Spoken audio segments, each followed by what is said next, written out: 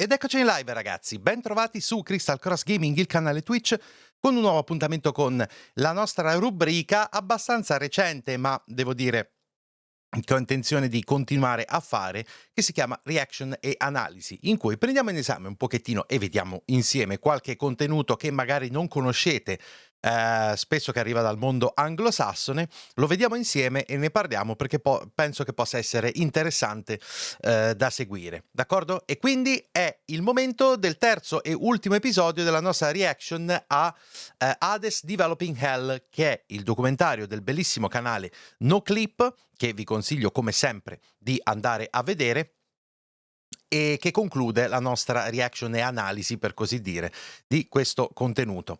Un saluto a tutti ragazzi, ciao Dainon, ciao Vash, ciao Saboid, Master, Marcotto, ben trovati ragazzi, ben trovati. Ora, lasciamo passare tipo 5-10 minuti che arrivano un po' di persone e dopodiché cominciamo a vedere, ok?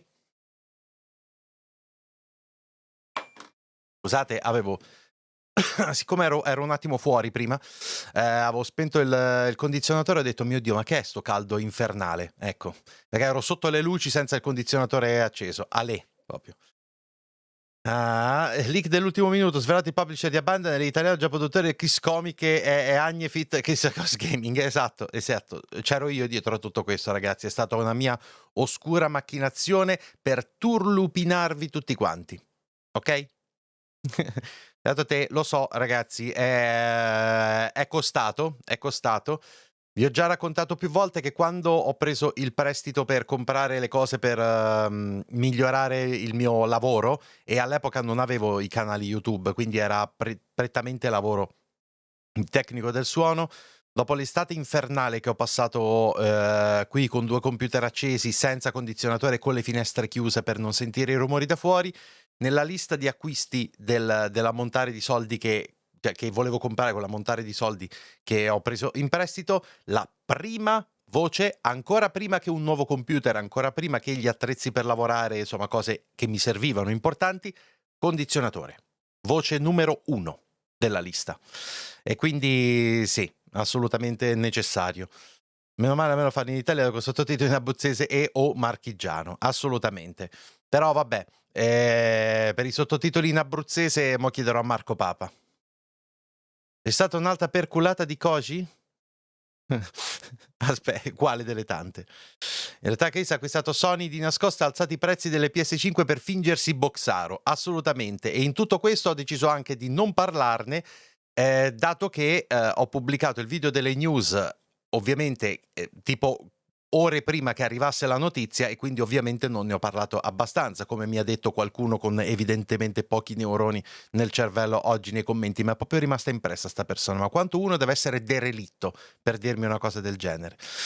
Perché se 10 minuti di illazioni sul prezzo di PS5, beh ragazzi, posso farvi l'anticipazione di quello che dirò nelle news e forse in un vlog dedicato. Onestamente è una cosa che è perfettamente in linea con quello che sta succedendo in tutta l'industria dell'elettronica. Si stanno alzando i prezzi di tantissime cose e perciò è perfettamente normale che possa accadere anche per una console. Il problema è che non pensavo che sarebbe realmente accaduto. Pensavo che Sony avrebbe semplicemente assorbito i minori ricavi e tenuto botta e spinto sui prodotti. Tutto qui. Pensavo che non sarebbe cambiato. E invece è cambiato. E questo vuol dire che secondo me hanno capito che possono monetizzare di più. Credo che questo sia il loro conto. Non so se è giusto o sbagliato, secondo me è giusto, in base alle loro vendite. E bisogna vedere che cosa faranno gli altri, Microsoft e Nintendo, se alzeranno anche loro i prezzi a breve, cioè nell'immediato o nel futuro in arrivo. Ok? Perciò queste sono le mie illazioni. In realtà niente di particolare da dire. È una porcheria a partire da Apple che ha alzato i prezzi dell'RM1 dopo 2 anni, però quando i prezzi a sfavore del dollaro non abbassano. Certo che no. Però lo fanno se pensano di poterselo permettere. Se vedono che l'aumento di prezzo non tiene botta, non lo fanno. Evidentemente sanno che l'aumento di prezzo genererà probabilmente tante chiacchiere e lamentele, tra cui le mie, ma alla fine non causerà delle grosse variazioni di vendita. Ciao Davide. Allora ragazzi, allora facciamo un attimino il punto della situazione. Quello che abbiamo visto del documentario finora sono stati 4 dei 6 episodi. Abbiamo visto com'è stato lo sviluppo del gioco, a dire la verità, verso la parte finale. Abbiamo approfondito, soprattutto nella scorsa puntata, la parte di art e music, veramente molto carina. E poi abbiamo anche visto ovviamente il tipo di reazione che c'è stata in rapporto con la community. Mi viene da dire che i ragazzi di Supergiant siano un'esperienza, cioè, di sviluppo di giochi che andrebbe premiata e replicata. Loro penso di poter dire che sono nella parte alta dell'industria quando si tratta di rispettare i propri clienti e fare dei buoni prodotti che non abusino del tempo del giocatore, né della pazienza, né di tante altre cose. Ok? Sto giocando Hades proprio adesso, mi becco spoiler? No, non penso proprio. Non penso proprio. C'è giusto qualcosa qua e là di forse qualche design di livello, ma è un documentario sullo sviluppo, quindi non penso ci sia chissà che. Ciao Andrew, comunque. Avete ascoltato per caso la canzone di Dolce Nera Calliope a base uguale alla canzone dell'era calciare 1? Ricordi il titolo assurdo? No, onestamente no. Poi ascolta di tuo parere da tuo mestiere, a volte rimango perplesso. Ma guardate che queste cose avvengono a volte per caso, per davvero, a volte volontariamente, ma non costituiscono chissà quale tipo di plagio. Non in termini legali, se non altro. D'accordo? Quindi, allora, la prima cosa che voglio fare adesso, ci buttiamo nel documentario, direi che è passato qualche minutino, ma prima di tutto, come sempre quando facciamo una reaction, come primissima cosa voglio che prendiate immediatamente il vostro ditino e andiate a iscrivervi al canale di NoClip, che è un canale bellissimo di documentari sui videogiochi. Hanno veramente un sacco di roba molto molto bella che vi consiglio assolutamente di vedere. È un canale che va seguito e quindi, se potete, supportatelo. Adesso noi stiamo facendo la reaction a uno dei loro lavori, perciò come minimo è giusto, è etico, no? Andare a supportarli. D'accordo? Quindi mi raccomando, se ancora non siete iscritti, andatevi a iscrivere e, se volete, abbonatevi anche al canale per dargli un supporto. Credo che abbiano, anzi sì, sono sicuro che abbiano anche il Patreon, eccolo qui. Seguiteli anche sui social, insomma, supportate il canale di cui stiamo facendo la reaction. D'accordo? Ciao Musa, ciao Lecava, ben trovati ragazzi, ben trovati.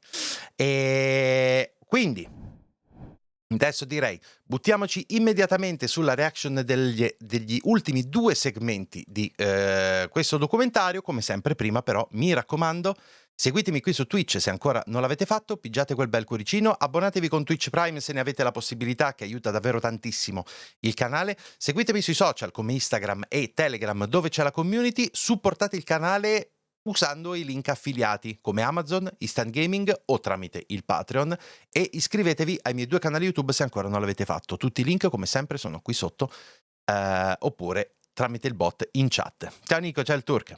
Vai, andiamo. Prossimo segmento è come 6 mesi di Covid-19 in quarantena hanno avuto effetto sulla vita a Supergiant Games, perché dovete sapere che a un certo punto dello sviluppo di Hades era già stato rilasciato l'Early Access, e però da questo alla release della 1.0 effettiva è arrivato il Covid e quindi hanno dovuto lavorare in maniere che adesso vedremo.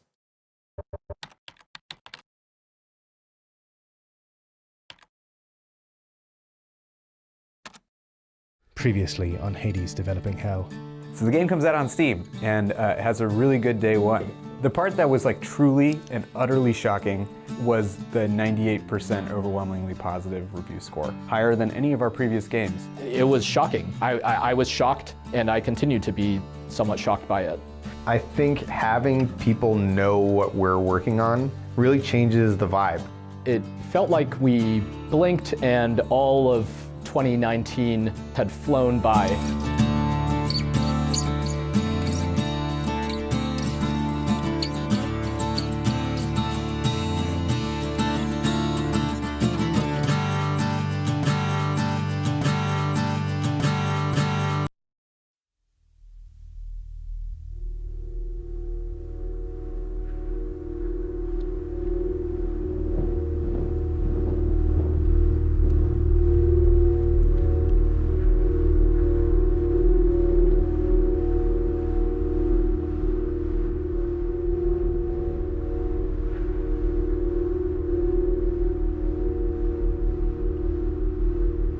Yeah, basically on Thursday, March 5th, as a company, we read that there was community transmission of COVID-19 in San Francisco. And so we made the decision that day that it would be the last day in the office and we would be working from home. So that was before San Francisco issued a lockdown. I think that came the following week. We were working from home one day a week anyway as a company, or most of us were. And so a lot of people already kind of had a home set up. And we just ended up putting ourselves into a situation where we just sent everybody home to start working. And I think at the time we had no idea how long that was going to be. And still don't. Yeah. Il documentario in questo pezzo è stato realizzato durante I think there was a il specific Covid, quindi day ancora when non si they sapeva. officially C'erano declared it ancora i a lockdown. pandemic, and that was also the day that the National Basketball Association, the NBA, they're like, no more NBA season. And I think that 1-2 punch of like, it's official, it's a pandemic, and no more basketball, that was like a switch flipped for many people if they weren't already kind of paying attention.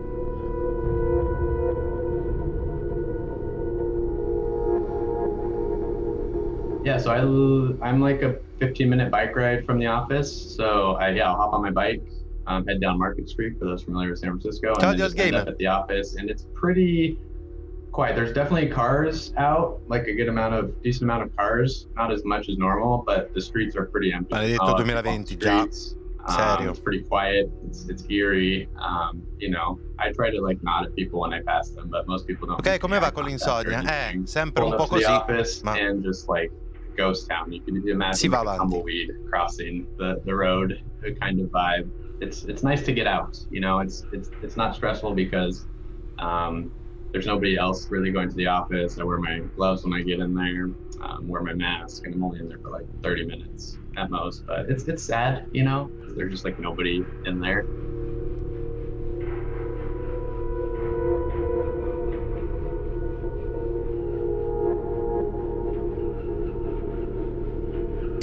Eh sì, tutto questo è successo mentre il gioco, cioè loro erano a mesi di distanza dal rilascio della 1.0, ho un sacco di lavoro da fare e loro, come tanti altri studi e tantissimi altri lavori, si sono ritrovati a dover lavorare da casa. 150-year-old rocking chair out of the shot. So give me another few seconds to move it. Yeah. Where we are in Hades production, we are basically taking a longer milestone. Con anni quell'anno continuo a darmi sono l'unica mia famiglia che se mai ho ancora preso il Covid. Allora sei uno dei pochi. Io mi sono salvato per parecchio, ma alla fine l'ho preso pure io quest'anno. Sì, purtroppo sì. Però, vabbè, insomma. We were doing that anyway. This milestone was going to be 3 months long, and the reason it was going to be 3 months long is because we were doing this huge effort to focus on our technology and engine to make sure that Hades could be multi-platform, so that at the 1.0 launch, it would be more than PC, basically. And that was all supposed to come together at a precise moment when the pandemic hit. So the engineers were already kind of expecting like a pretty big workload, and then they're integrating all of this while also juggling all the things going on in the greater world. So they were all already kind of scheduled for things to be a little bit more intense, and I think they're a lot more intense. Adding to the list of things I feel fortunate about from a work standpoint, it just so happens that this is our longest update period that we had planned. That is just dumb luck that we happen to say, hey, our next update is in June, and for the first time ever, we don't have a specific release date. We made all those decisions definitely before any of this, and we're trying to do a lot of things at the same time, both this huge like technical undertaking of like, you know, moving our code base to native code, which is just a huge technical challenge that should yield like improved game performance and allow us to bring the game to different platforms and stuff like that. So it's really important both for Hades and just like anything we do in the future, really. Questo purtroppo vorrei poter commentare su questa cosa, ma qui ci vorrebbe qualcuno che è più addentro allo sviluppo di cose come queste per capire che genere di entità di lavoro sia questa cosa qui, perché io purtroppo non me ne rendo proprio conto di quanto sia importante. Intuisco che lo sia fondamentale, esattamente come sta dicendo lui adesso, ma è uno di quei casi in cui non ho un riferimento personale e ci vorrebbe qualcuno che mi sapesse dire esattamente sì, guarda, io lo so per esperienza, lo so, conosco e quello che stanno facendo è assolutamente cruciale, eccetera, eccetera. But on top of that, Ciao, we have Jurga. so much content work that we're still working on because we're essentially trying to finish the game, and we're getting closer to that version 1.0 that we have planned for later this year. We're adding like lots of content in different areas, and we're also doing the whole end game, which is a really big piece of the puzzle for us and something that we have deliberately held back and intend to keep holding back from early access. So it's all this work that players actually won't see until the game is done. We still do our weekly review every Monday, which is where the whole team is involved, come together, talk about what we're working on that week. And then Assolutamente, sort of Hades, various meetings of the consigliatissimo. week branch out from there, Incredibile gioco. and pop up, and those are more smaller groupings and everything like that. We've been using Zoom just like you and I are using now, Con i like boss e mini boss mi dico ok, fino a questo punto va bene, Andrea, lo So the capisco. first week we launched an update. So we got on Zoom and we did all the things we normally do. We were able to do most of what we do for an update, push videos live and fix bugs and plan the next one. And we're going to double check to make sure that the blog post URL is good before I send it, though. Okay. The first thing we're waiting for, though, is just for confirmation that the build is up. Yeah. Yeah. So this one, we increased the file size by like 4 gigs. we pushed we pushed only one change between last night and this morning, which was like add better logging for corrupt save games. And if you are a developer, it made it look like all your save games disappeared. But if you're a normal consumer, it doesn't. So it was like really terrifying. It was like the last 15 minutes wondering what happened to all the save games. But apparently it won't happen to normal people, only happen to us. So it's good to know. It's not an update day unless something gets your heart rate above beats per minute. Yeah. Good first YouTube comment. Can we romance Skelly already? Man, people wasted You caught me. time. You could in the previous updates, you give him ambrosia. Skelly basically has the same name as the term people would use to be attracted to skeletons. If we're going historically based off of other categories that people use to describe attraction. That's an interesting point. Listen. I'm a Skelly. Listen, maybe it starts as a working relationship, but maybe it blooms into more. Yeah, it's awesome. This is the content Danny needs right here. I don't think Danny's going to make it this far. So that first week was really similar to things we've done before. I think it was the following weeks where things started to change a lot, because with a mounting sense of the seriousness of the problem and with a lack of certainty around how long we were going to end up working like this, we actually opted to sort of settle in. So we just assumed it was going to be a really long time. Our initial efforts on trying to make sure that everybody was taken care of and comfortable. And then I had, one-on-ones with everybody on the team just to check in with everyone and see how they're going. I need to take a break from this answer real quick. Sorry, 1 second. Kid.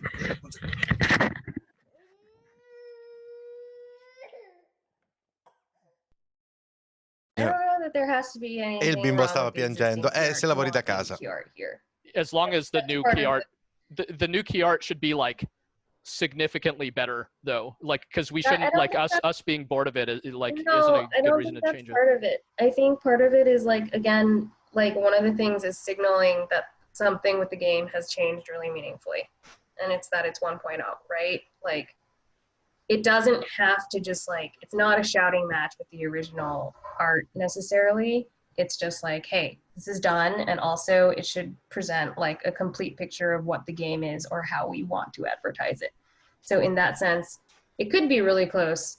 in some with some of the elements that are included in it, right? But in this case, I think like showing, you know, a monster is cool. I don't think there's anything inherently wrong with that. And if we had led with key art where it's a Hydra behind Zagreus doing whatever, I don't think that would have been a mistake either. Yeah, I mean, I think the inclusion of the Hydra is like, it's like the upgrade to me there is it's a better background element tied to the marketing campaign for the game, which will hopefully be how a lot of people discover the game. The people that I talk to on a regular basis about more than just work and just checking in with them on how they're doing and everything, you know, we definitely have our struggles, but we're able to communicate it in like the professional way that we can, you know, without getting too personal and all that stuff, and are able to sort of support each other through the work that we have now, thankfully, which is awesome. It's really a privilege to be able to have at least this work at Supergiant as a sort of foundation for 5 days. La scrivania che si alza è una cosa che mi ha sempre intrigato, really sapete? So I'm super grateful and thankful for that, and I think a lot of us are. We've been operating under this since like the beginning of April. But no updates on that. But I mean, if there's no antibody test or there's no updates that it's declining or anything, I could see us extending it or pushing it again. But thanks for letting me think about that. That's fine. Hello, I'm Paige Carter. I'm the 3D artist at Supergiant Games, and I'm gonna take a little tour of my home office, my remote office. I've been working with Supergiant Games remotely for about 2 years, so my remote office is kind of just my regular office. This is Cloud Strife, my mouse pad. I've had him for a while, and he's gotten kind of beat up.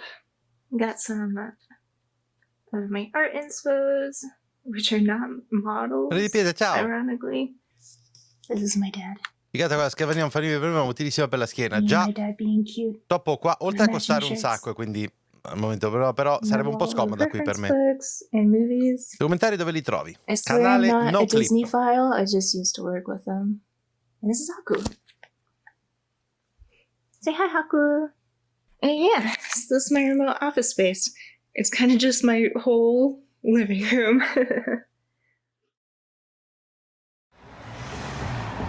This is the vocal booth that I ordered. Apparently it weighs about 800 pounds. And I gotta set it up now. So, good luck to me. Giustamente lui non ha potuto più lavorare in studio. Last night I got the booth assembled. The wife and I were up till about 1 o'clock doing that. And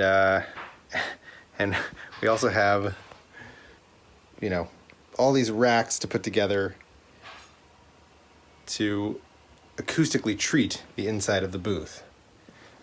But, you know, it's coming along. It's a booth. It's a room. I can record stuff in there pretty soon. So I'm excited about that. So I forgot to record right after I finished the booth. It's been a couple of weeks. But I finished the booth. Here it is. This is it. Oh, it's my little workstation here. And then next to that is the booth. And I'll take you inside my little cone of silence here. And that's my little script iPad holder set up with my script here. And then I've got some acoustic paneling. And yeah, it's quiet enough. Doesn't block out all the sounds from upstairs. The bumps and thumps, the occasional dog bark, truck going by. But it is totally working for recording Zag at home. And so I am making do. We're all making do. All right.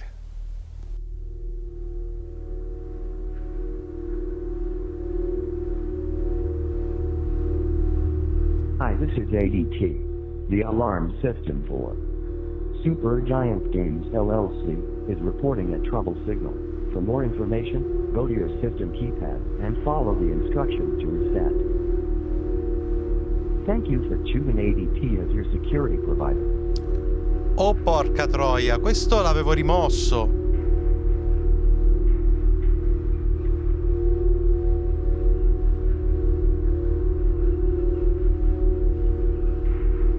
Okay, this is my first time back to the office since the pandemic began. I've been outside of it to check on it, but I haven't been indoors. It's my first time seeing anybody also, because JP's around here somewhere. We're here to shoot a thing for Nintendo to announce that Hades is coming to the Switch.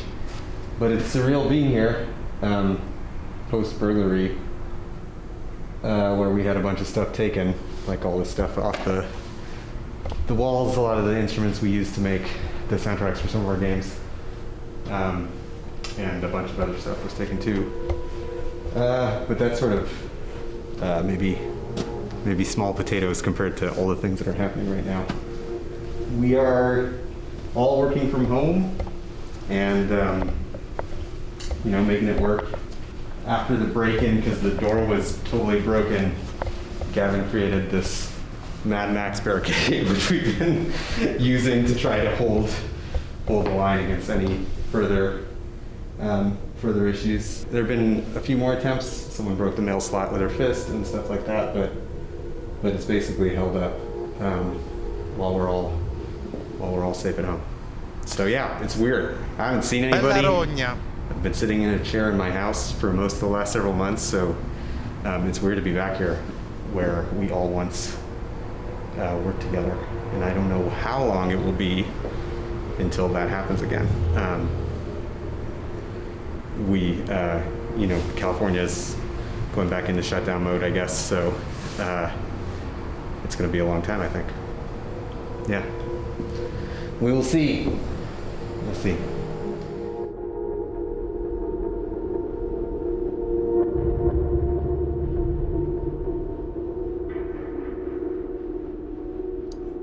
Okay. Yeah. Yo, y'all. Hope everyone had a good weekend. Yeah. So we kicked off update 12 last week with the ending content and everything else. So undeleted the 1,000+ files that we actually successfully deleted to avoid any leaks. Hopefully that'll stay true. Per evitare leaks, cioè fughe di notizie, non perdite. Ogni tanto, ragazzi, io vi ricordo che questi sottotitoli sono tradotti automaticamente, però da un inglese scritto, perché i sottotitoli non automatici in inglese ci sono al documentario, quindi in realtà la traduzione automatica è su un testo in inglese, non su un vocale in inglese, quindi è più preciso, ma ogni tanto prende delle cantonate. Ma cosa è successo esattamente? C'è stato un furto con scasso allo studio e si sono presi un sacco di cose, purtroppo. Archibits, ciao! Stai guardando il documentario su Hades, Developing Hell, del canale NoClip, e lo stiamo finendo a vedere, è l'ultima parte, per così dire. For this update, so the big, it's essentially can be treated like another update, as Amir said, with just lots of big new features. The big one, of course, is the ending. So it's another action-packed one. Should have some good surprises for everyone, I think. Yeah, there's a ton of other work too with the platforms. So achievements. Oh yeah, the whole Switch version of the game actually is bigger than any of the other stuff I said. That's the biggest of all. That's like not strictly a game. Okay. If you're playing the Steam version, that's less relevant to you, but as an effort, this milestone, it's definitely the single biggest thing. But it's semi-relevant because you're going to be able to cross-save if we get that. Yeah, we better get that working because we're announcing it. So yeah, right. so yeah.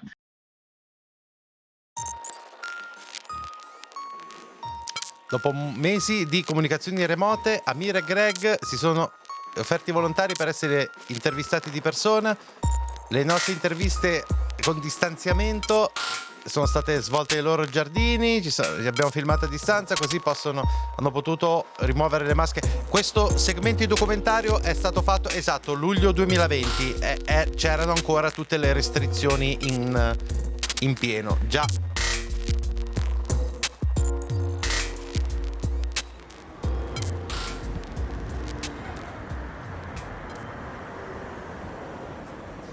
Thanks for inviting us to your house, Greg. Of course. Glad you're here. How are you doing? Definitely keeping busy. I was telling you before, I feel grateful for a lot of things, but being very busy is one of them. We're right just kind of weeks away from finishing development after working on this game for 3 years, so, and a lot of just that sense of like now or never. Yeah, we've been working from home this whole time. I mean, I've been working from my space up there ever since the Bastion days, like quite a bit, so that part is totally fine. I should probably get a better chair, I should probably get a better desk, but those are things I've been telling myself, you know, before all this started. The part I do worry gets lost over the long È vero term che gli strumenti is, like, musicali li hanno ritrovati? Non lo so, non ne ho idea, ragazzi. Conversation that can happen. It still kind of happens on Slack and sometimes turns into calls and stuff, but that part isn't exactly the same as just being in the same office. We don't do a lot of stuff outside of work, just trying to balance work with everything else, but in my past experience, you know, stuff outside of work is really important too. You gotta, you know, talk over a drink or something like that. So if you're just kind of like in the work mindset the whole time, you're not really, you're pretty kind of boxed into that, and bigger ideas may have more trouble breaking through. Quanto sono curioso del loro prossimo gioco, ragazzi, non potete capire. So much of my life commuting, like if I had like a /played command for my commute, it would be just days and days and days of my life just sitting in a car. The commute to San Francisco isn't that long for me. It actually got quite a bit better when we moved to a different spot in San Francisco. Got better by like 10 minutes, but it's a really vital 10 minutes of otherwise just kind of sitting at traffic lights. Can't wait to see what the weather's like in the sunset. It's probably going to be cloudy as fuck. Yeah, I know. that's the safe bet. Always bet on the fog. Sunset District. Thank you for Ironico. Yeah, thank you for coming. How's the weather been? It's been like this for the whole time. I live in a foggy part of the city, so yeah.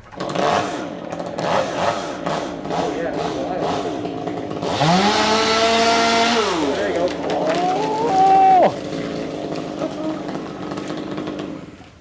Every time we've done an interview with you guys, there's always been construction. Yes. In the studio. Yes. Is it fitting, perhaps, that we turn up here and they're taking a tree down? Yeah, I think so.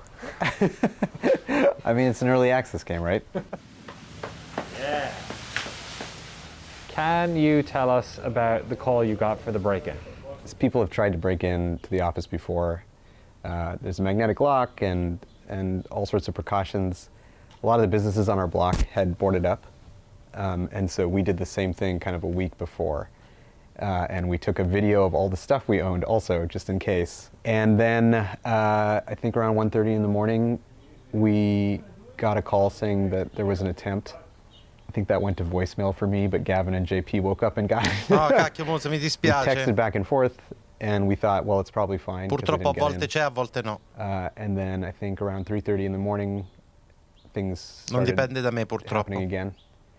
There's a lot of like legitimate protesting happening in downtown San Francisco. Our space is quite close to City Hall, and there were protests happening, but protests can be used as a screen for other types of things, such as break-ins. It's not like some random thing that happened. They had to cut through like industrial strength kind of locks and stuff like that. So it was like a very deliberate, it wasn't just like someone smashed a window and got in. But I don't know what they were expecting to find. I don't think they made off with too much. And most of our desks, they just kind of, you know, looked at superficial, saw if there were any superficial valuables. And most of our desks were left untouched as far as we knew. And they were, you know, for a bunch of thieves, they were relatively Di Pietra, grazie mille della sub con Prime. Like they didn't just ransack, trash the place or whatever. Grazie. I think it just kind of like goes with the territory in the part of San Francisco that we're in, that from time to time things like that can just happen. It's a city that has like poverty right next to wealth. If you're desperate and impoverished, you frankly have incentives to try to... Ok, scusate, posso fare un inciso? Allora, luglio 2020. Se non sbaglio era nel pieno delle proteste post uccisione di Floyd. è capitato un sacco di volte, non solo a San Francisco, in tantissime città d'America, che le manifestazioni sono state usate come copertura da vandali per combinare un disastro. Sono state vittime di questo. Chi è entrato non era povero, ok? Un senza tetto povero non fa forza a una serratura magnetica di uno studio di sviluppo, ok? Perdonatemi, ma guarda, queste cose proprio. To get out of that, I don't like excuse the theft or whatever, but as ever, I at least try to understand what would compel someone to do that. And I honestly don't think it's that hard to understand. No, infatti non lo è, però la spiegazione non è questa. Right now.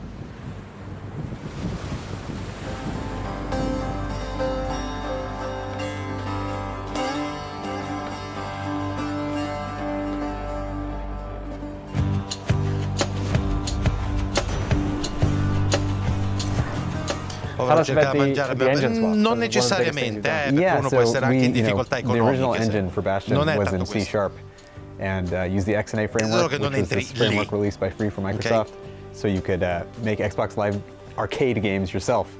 That DNA has been there since the start. We've just been using the same engine, updating it. You know, we took it out of the XNA framework, but it was still in C Sharp for a long time. Because we have our own engine, it means that you know, it's hard for us to go cross-platform without a tremendous investment of work. We finally decided for Hades, we wanted to basically convert our engine to native C and to make it higher performance and a little bit easier to get onto more platforms. I just want to check the lighting on everything too. Okay. On behalf of our small team at Supergiant Games, I am really excited to announce that Hades is coming to the Nintendo Switch. I'm not supposed to say the Nintendo Switch. And each time you die, you're trying to escape hell. All right, one more time. You play as the immortal prince of the underworld. If you've already done so on PC, you'll be able to transfer your progress to the Nintendo Switch version with cross saves. We had, on one hand, this really well-liked game where nobody wants anything to get worse or change about it. And then we had to replace all the technology that powered it without breaking anything for them. It's this really unglamorous work where the end result is that it's exactly the same as it was before. There was a lot of sort of visual issues, a lot of small, subtle issues like, oh, this fade doesn't feel right, or this animation doesn't look quite right. You know, you scrutinize the old engine, you scrutinize the new engine, and you compare them side by side, and you become sort of like a detective trying to figure out, well, what is actually different about this? We were tracking all these elusive crashes, and suddenly, like, people who have really bad technical problems become, like, really important to us because they could represent 600 other people with, like, a crappy Toshiba laptop that can't run the game as well as they used to. We have an engineer we started working with in Serbia. He had to use essentially Serbian eBay to track down one of these laptops. Engineers from all over the world were remoting into his machine to try and examine exotic crashes and texture corruption. On behalf of our small team at Super... Questa è una cosa interessante, vedete, perché non lo senti dire tanto spesso, cioè il momento in cui devi testare il gioco su diverse macchine e rilasciare per PC può essere un dito in culo. Beh, c'è chi lo sa fare bene, c'è chi no, loro evidentemente lo sanno fare, ma avete sentito? Hanno preso un ingegnere in Serbia e questo ha cercato praticamente nell'eBay serbo per un po' questi vecchi portatili per fare delle prove per vedere se il gioco girava anche lì. E quindi tantissime persone che si connettevano in remoto al suo cazzo di portatile brutto dell'anteguerra per fare tutta una serie di test per vedere se tutto funzionava a dovere, eccetera, eccetera, eccetera. Hanno cambiato engine durante lo sviluppo? Non esattamente. Ovvero, avevano il loro engine, l'hanno semplicemente... Di fatto è un'evoluzione dell'engine, ok? L'hanno rinnovato in occasioni di Hades perché quando si sono resi conto che avevano bisogno di portarlo su più piattaforme, si sono anche resi conto che avevano bisogno di più performance e più adattabilità. Quindi hanno scelto di fare tutto quello che serviva per ottenere proprio questo, e utilizzando un engine proprietario l'unica cosa che puoi fare è fare il lavoro tu. il che vuol dire che porta via delle risorse, come è una delle cose note in tanti studi quando se ne parla. Ovviamente è una cosa molto tecnica e non pretendo di averla capita del tutto, ma almeno credo che sia così. Supergiant Games. I'm really excited to... Okay. Woo!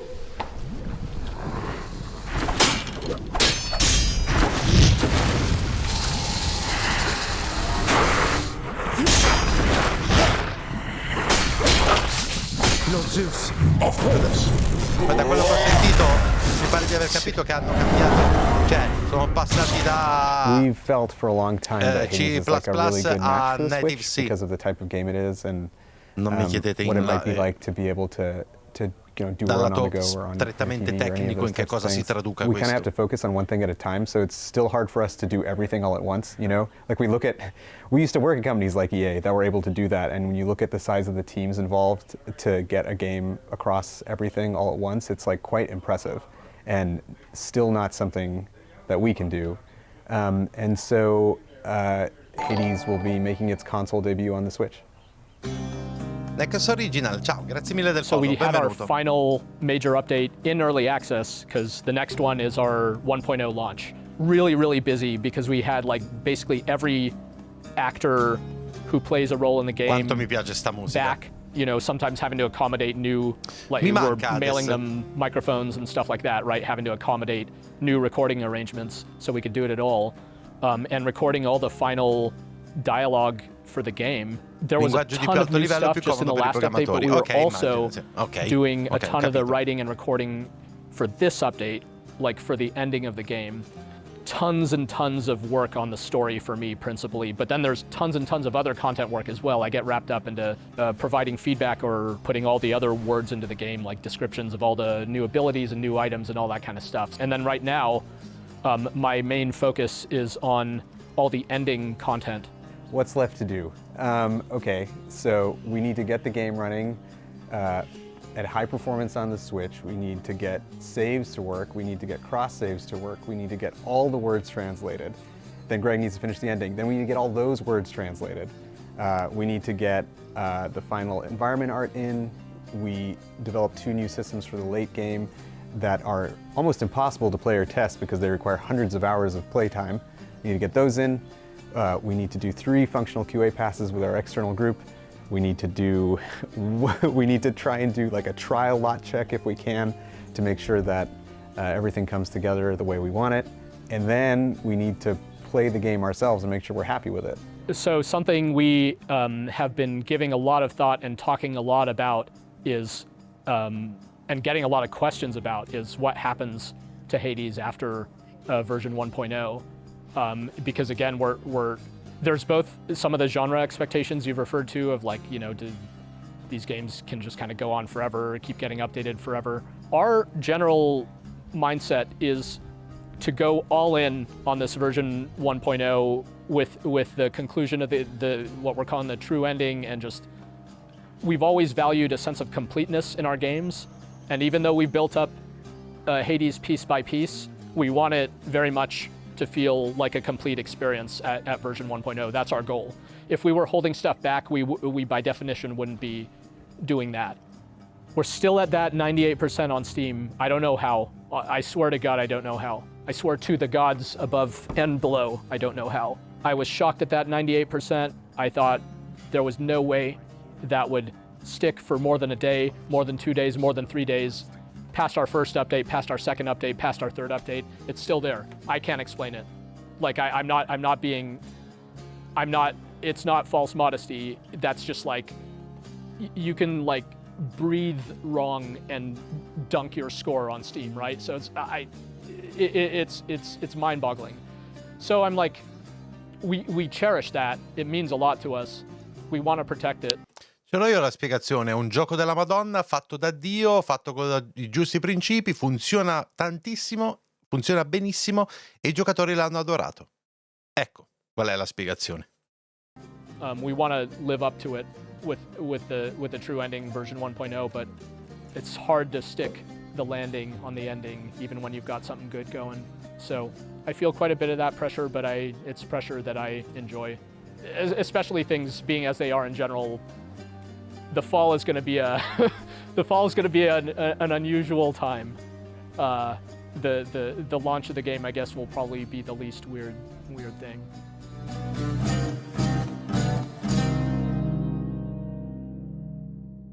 We talked a bunch on the Zoom chats about the sort of like awareness of the mental health of the team as we were entering this phase. Yeah. How do you think the team's been doing? I know you can only speak for yourself really, but like what's your estimate? So I think the team is performing really well together. I think we're being really effective together still. I worry about everyone though. I worry about all of them. And everyone's circumstances are unique. You know, the people around them are all affected in different ways. And even if they feel like they can work and work might be a kind of outlet for them sometimes, it doesn't erase all the things going on around them. I don't know that I can say, oh, everyone's doing great, you know? Because I actually honestly don't know the answer to that, even when we talk, right? Because there's a component of our conversations now that's not there anymore because we're not physically in the same place. It was like quite emotional for me actually when we were filming with Jeremy to like see JP. Like I hadn't seen JP in so long. Yeah, I miss them a lot. Yeah, I miss everybody. I'm pretty sure someday we'll all hopefully see each other again and be able to actually talk about this thing that we did together and how we made it and how it felt to make it. Best of luck with the final sprint. Thank you. Yeah, we need it, but also we're practiced at it, but no one has practice doing it like this in this kind of circumstance. So I guess we'll see how it goes.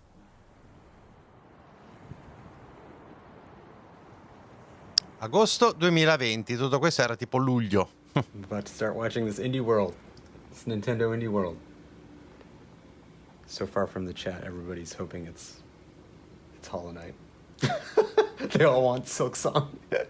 Me too.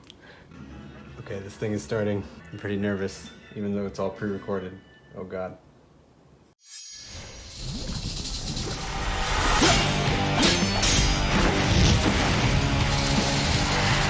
Oh, la musica degli scontri, quanto mi manca. They know.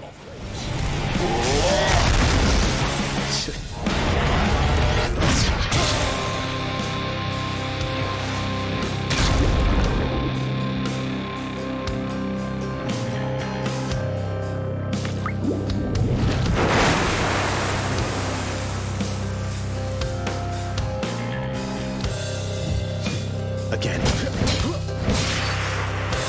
Got you that time.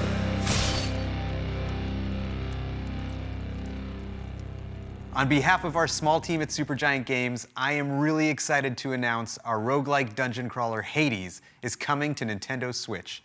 You play as the immortal prince of the underworld, trying to escape hell. And each time you die, it's like coming home. You advance the story, get stronger, and gear up for your next escape attempt. So if you like the fast-paced action, rich atmosphere, and character-driven storytelling of our past titles like Bastion and Transistor, we think you'll find something to love. Che faccia?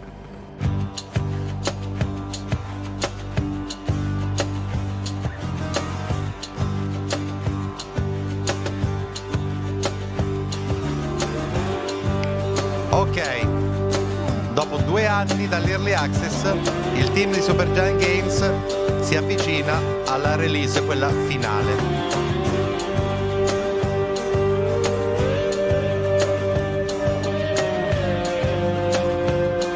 Buona creanza. Hey, it's John Paul. I'm going to give you vedere tutto il video quando fai una reaction, compreso il Patreon, assolutamente, e capirete bene perché lo sto facendo. Pretty basic, straightforward, keyboard, mouse. I got my headphones. Tutto 11, ciao, grazie mille del follow. We have a standing desk provided to me by Supergiant. It's a pretty simple setup, but it's everything I need and lets me work from home for the past 5 months. Oh, we started a in-house book club at Supergiant with a few of us, and this is like our 3rd or 4th book. That's been really enjoyable. We got this file cabinet once COVID hit because we sent a lot of mail and invoices and whatnot to my address, so we could be quick on those things. So that's been helpful. You might also hear people say you need like a healthy distance between work and personal life. I found about like 4 inches or so has been working out just fine for me. Sì, anche per me è più o meno la stessa distanza, ce l'ho qui.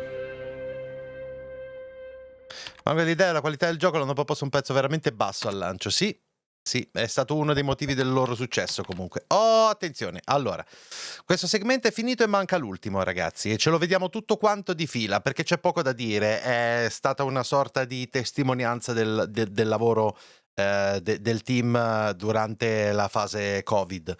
E il prossimo segmento, ed è l'ultimo, ragazzi, questo conclude il documentario, dentro Super Giant Games durante la incredibile reazione a Hades 1.0. Questo, ragazzi, è perché fino a questo momento tutte le reazioni del pubblico, overwhelmingly positive, tutte queste menate qui, sono state per la versione in Early Access. Certo che aveva tanta roba, ma manca ancora di fatto la release vera, la 1.0.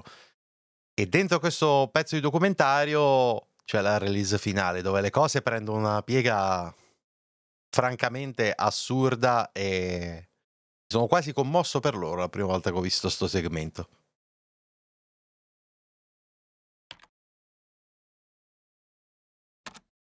Previously on Hades Developing Hell. So the first step was, would people give the game a chance, given some of the heat around the Epic Games Store on Steam?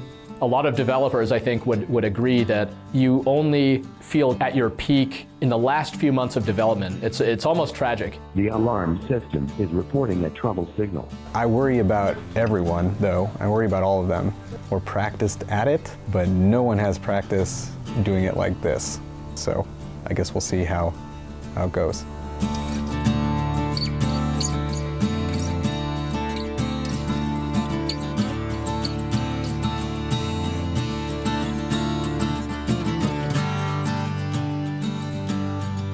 Episodio 6, il vero finale.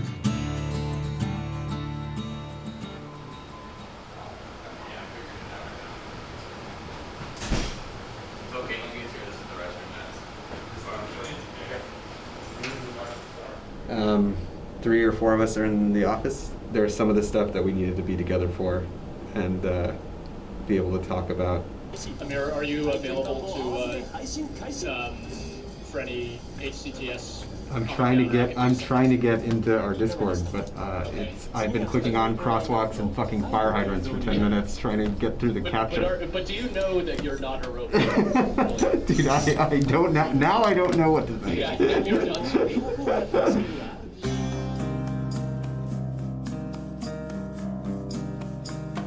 The game will be announced at 7 a.m. on Thursday this coming week, Pacific time.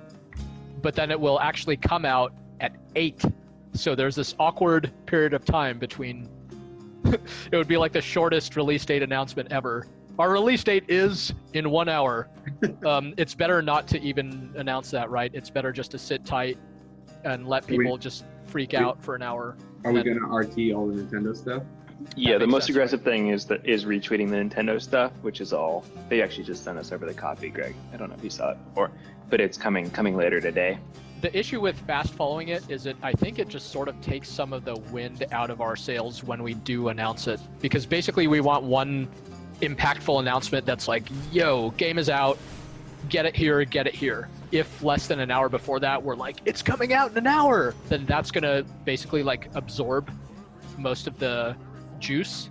So the thing that seems the most impactful, like in terms of what we could do like promotionally, is the first thing from us that day is game is out here, but bam, because that's the thing you want everybody to interact with, right? If there's one thing, and later in the day, yeah, we're retweeting Nintendo and tweeting reviews or whatever else. Will be similar to the Switch, EGS is also manual at 8. They'll do it. They'll do it, yeah. They're doing it. Can't find Hades on the store at all. So. I'm trying to see if the patch. I'm not getting the patch fuck. Yeah, the patch should be out, right? Yeah. Fuck, man, that means people can get this without the patch version. Let me see if I can even find the game. It's not out. Maybe that's why. Yeah, Will, this needs that to would this needs to be the certainly thing we do right now, I think.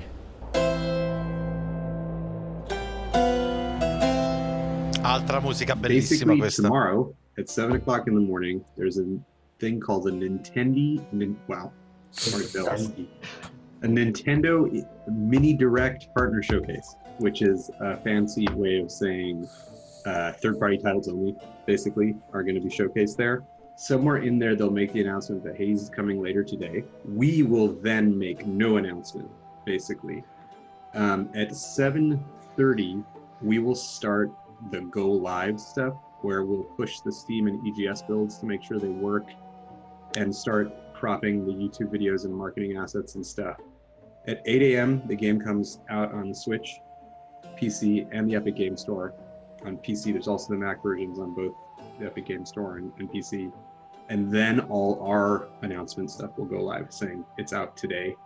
Basically, then around 10 o'clock in the morning, we'll be streaming the game from the office onto Steam.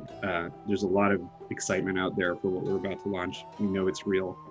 We know a lot of people have been waiting for 1.0 to jump into the game, and so I think we're going to make a lot of people really happy tomorrow, which is very, very exciting. 8 minuti dopo il lancio. CC me on that, can you? Dude, something is really wrong. Just it not being out, you mean? Yeah, dude, this sucks. Yeah, because we're on standby. Yeah, everything is just waiting for this.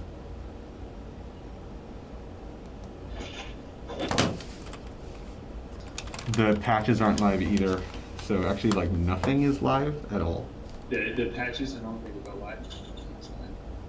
Until the store page is live, right? They're all connected. Okay.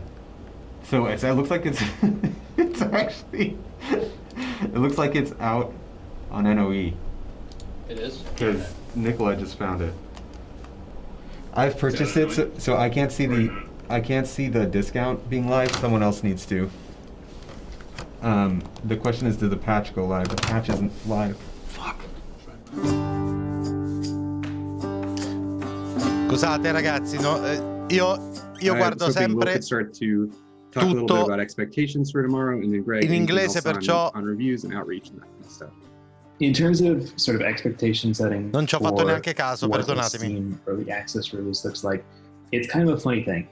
Similar to what Amir was saying, early access is kind of like a semester-long course where your grade is dependent on work you do the whole year, the whole semester, and most of the game releases in the past is like 100% of your grade is based on the final exam or final project. So, to a certain extent, we know what to expect a little bit more than we have with any of the previous titles. But there's still gentilissimo. A bunch of stuff that goes into making a successful early access launch.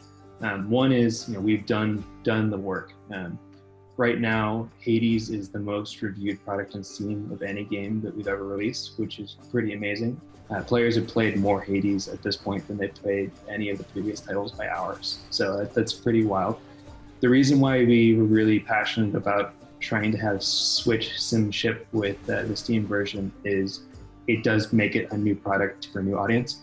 Often a challenge that there is with an early access product is that it's kind of a known quantity. So for press, it's a little bit harder to get excited about covering the game because they've already covered the game. So bringing in the Switch version, our hope is that we'll really get a nice burst of reviews. So it's there on the featured list. It's there, but the patch isn't live, as far as I can tell. Every time I go to launch Hades, which means people can buy this version. We should probably just make our announcements and resolve the patch. We should wait indefinitely. Yeah, I agree with you. Do you think? Like everyone's finding out, so basically we're beginning to lose. We'll lose steam on it soon. Okay, I mean. The blast I can send out to test. Final one with all links. Oh, the blast we can do later. It's fine. I think it's more the social media stuff that needs to happen now. Yeah, I mean, it's not the patched version of the game. It's gonna be a thing. There's some stuff in there that's pretty bad. If you think we just got to do it, then I think since there's no ETA on it, I don't think we should. And basically, people are buying it now. We can't really do anything about that. Okay. Meglio di mio cugino lingua faceva il cameriere a Londra, insomma. No, mio cugino lingua è quello che I think reviews è quello che are going sta to lì da hit, 5 anni e ancora non parla 8 inglese. 8 a.m. Tomorrow morning, so basically an hour after the announcement.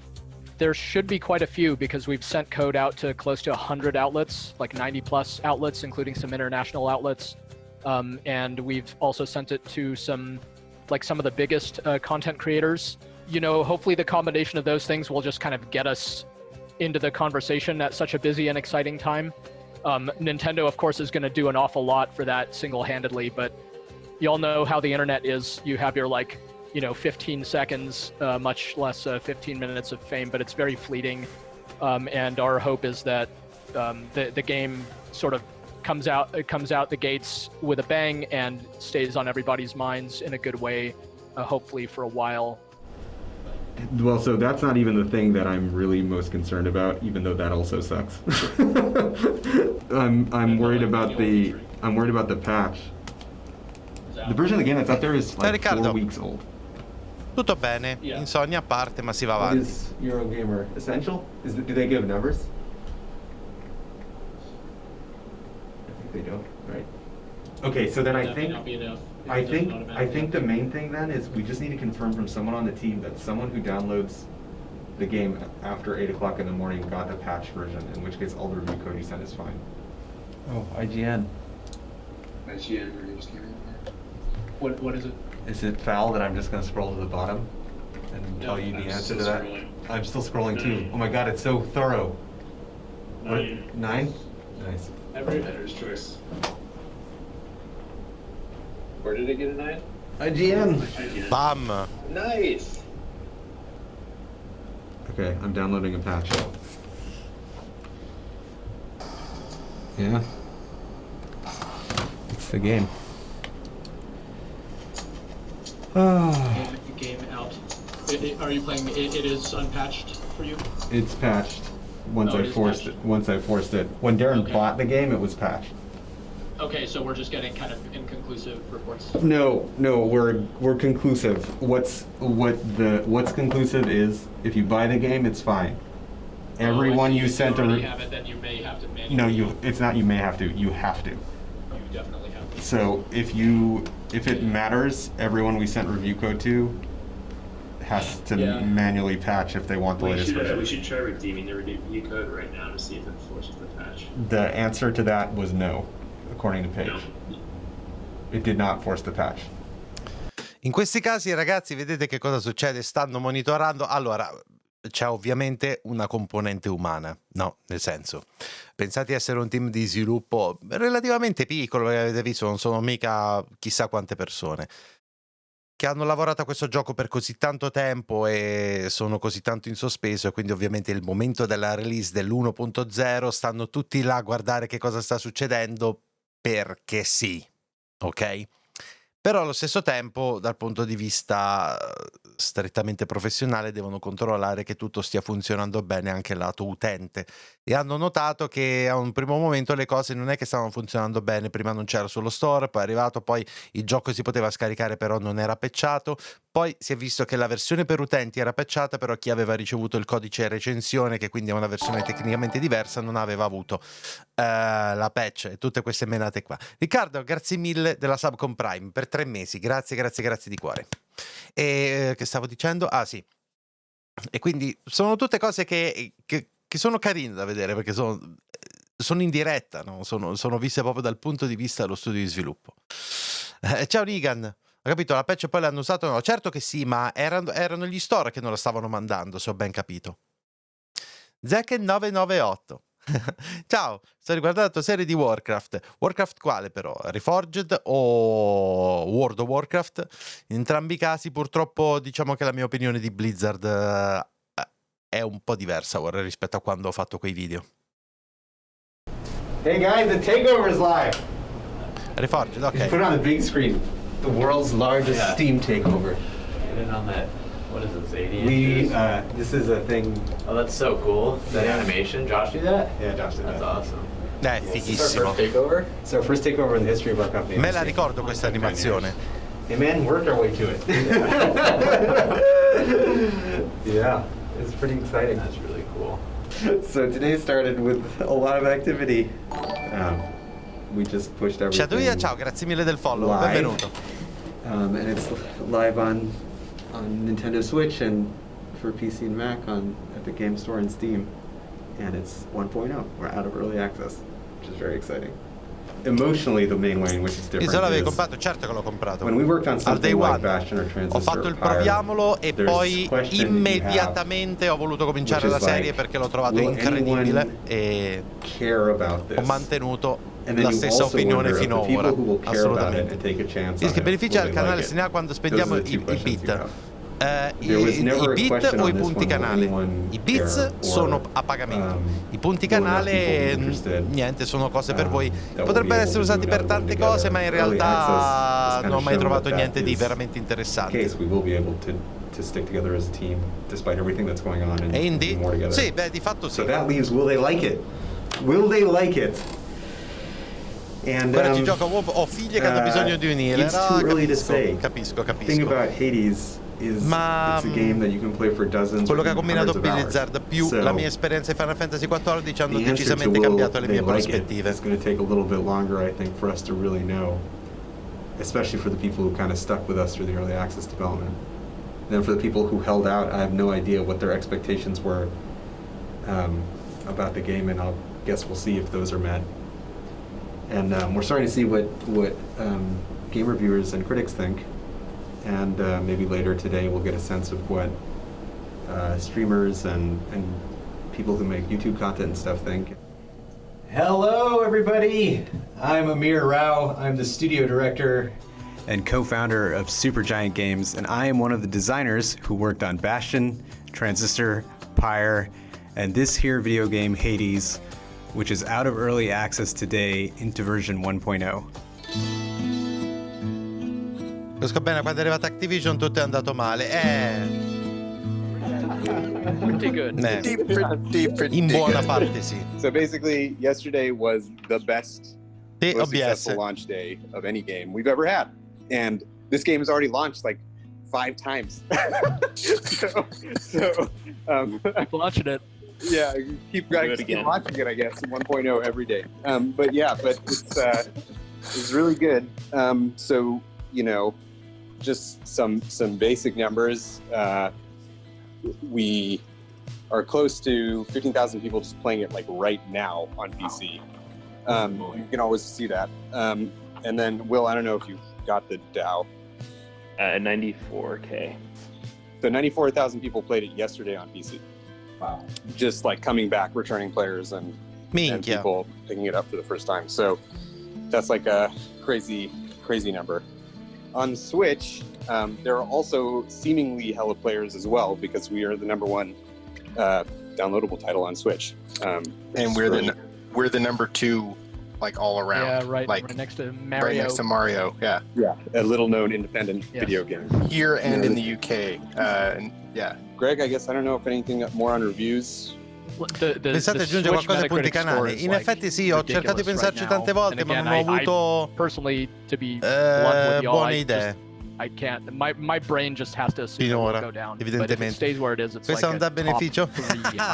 Vabbè, sbloccare un po' di emoticon, quello sì, però pensavo qualcosa di meglio e onestamente non so. Just that it's like in that territory is sì, amazing, and è again, anche un rischio questo. Testament to the work everybody did. So I guess bask in it for now. As part of people being excited about the game right now, we're getting like kind of a level of mainstream interest that I personally haven't seen in some time. Of like the, you know, I'm with the Sun Times in the UK. Can you send us a Switch code? And that level of thing that like we've gotten once in a while, but normally, you know, the bigger publications don't really care, and we're starting to get some of that interest. So we're tracking some technical stuff as we always are. And one of the technical things we're tracking right now is a switch issue that may cause us to have to make a patch very, very quickly. Just needs to be done quite carefully. So Gavin, is there anything else you wanted to say about just tracking the technical stuff at all? No, that's the main thing right now. With the 94,000 daily PC players, like I said, they rack up obscure issues very, very quickly. So we have that going on, but it's stable enough that we can pay attention to the Switch more. Provato Are we still attempting to do some perché sort non of ho Reddit ricevuto la chiave, ma ne AMA sto sentendo parlare molto male, ragazzi, quindi ho deciso di non spendere i soldi. We postponed it from today because they basically had another one lined up for Spiritfarer. So we got a rain check.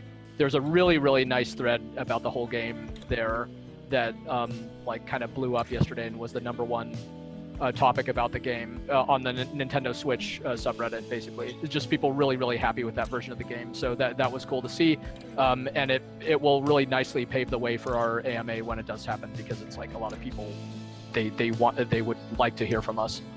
The commitments that are on the table, for sure, the ones that are definitely happening, just in a broad sense, are still have cross saves to put into the game for Switch and PC and Epic, and then we also still have the Japanese version to work on as well. So those are kind of things that are definitely happening in the future, and then all the other pieces we still need to discuss and figure out how we're going to do.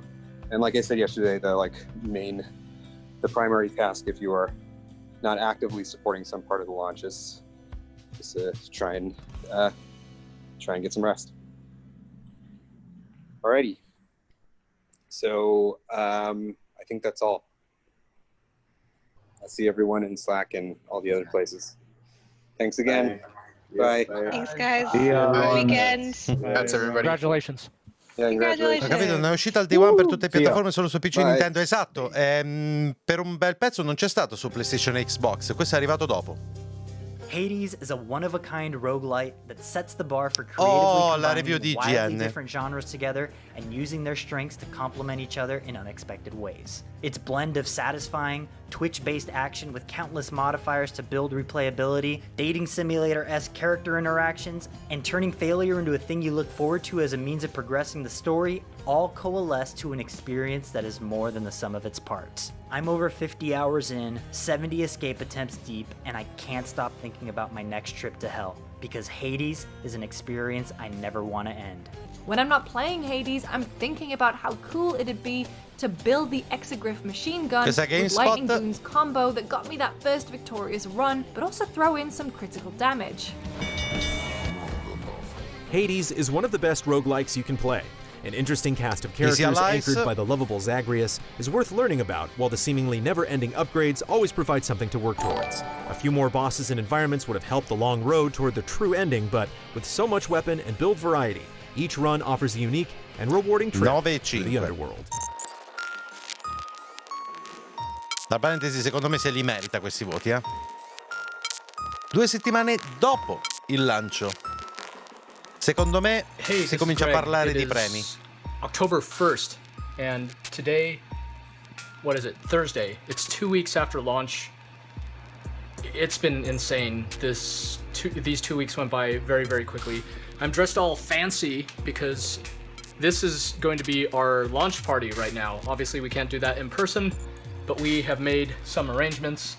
Our folks, Caitlin and JP, have made these like super awesome little drinks and things that they have sent to everyone in the mail. So we're making do as with the rest of this stuff.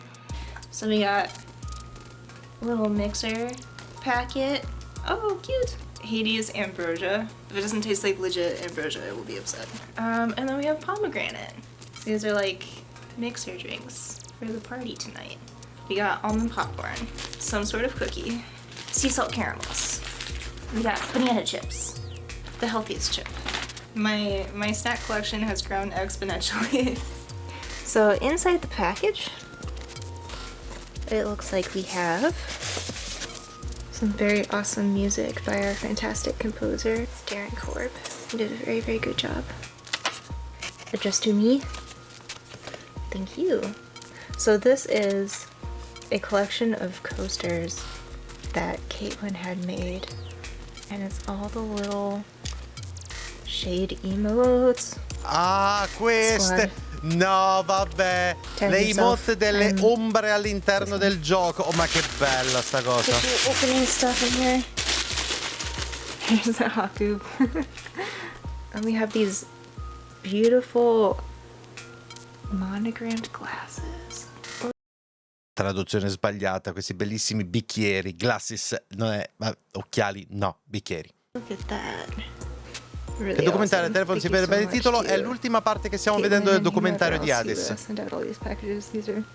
Analisi sensore, il gameplay delle nuove esperienze spiccicate a quelli vecchi. Non che fosse male, ma avevo qualcosa di più, la pazienza è stata un po' contratta. Ho sentito quello e tanti problemi tecnici. Ma onestamente la cosa che mi preoccupa di più è che tanta gente sta dicendo semplicemente non è particolarmente divertente. Male. First Supergiant Games for our launch party of Hades tonight. So really excited to see how that goes. And this is me and Haku signing off. Bye.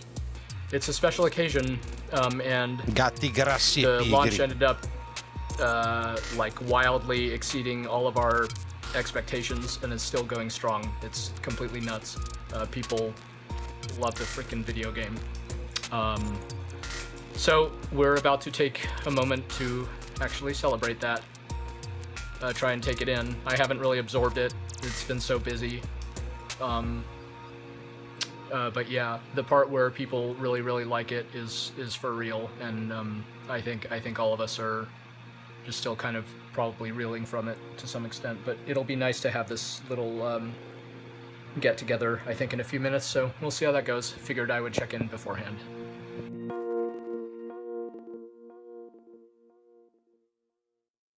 Do you think 2 mesi dopo il Hades will lancio. be nominated for Game of the Year? We will find out. There's Yeah, we're gonna find certainly out in a couple people have minutes. been. I mean, we've never had a game kind of at that level.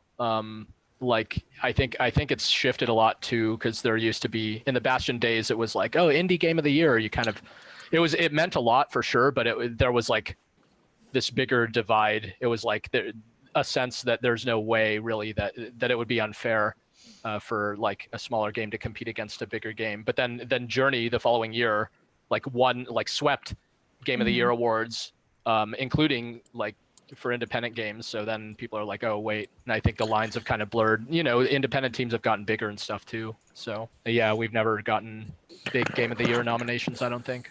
Yeah, this would be cray if it does happen for that. I would be pretty surprised and impressed.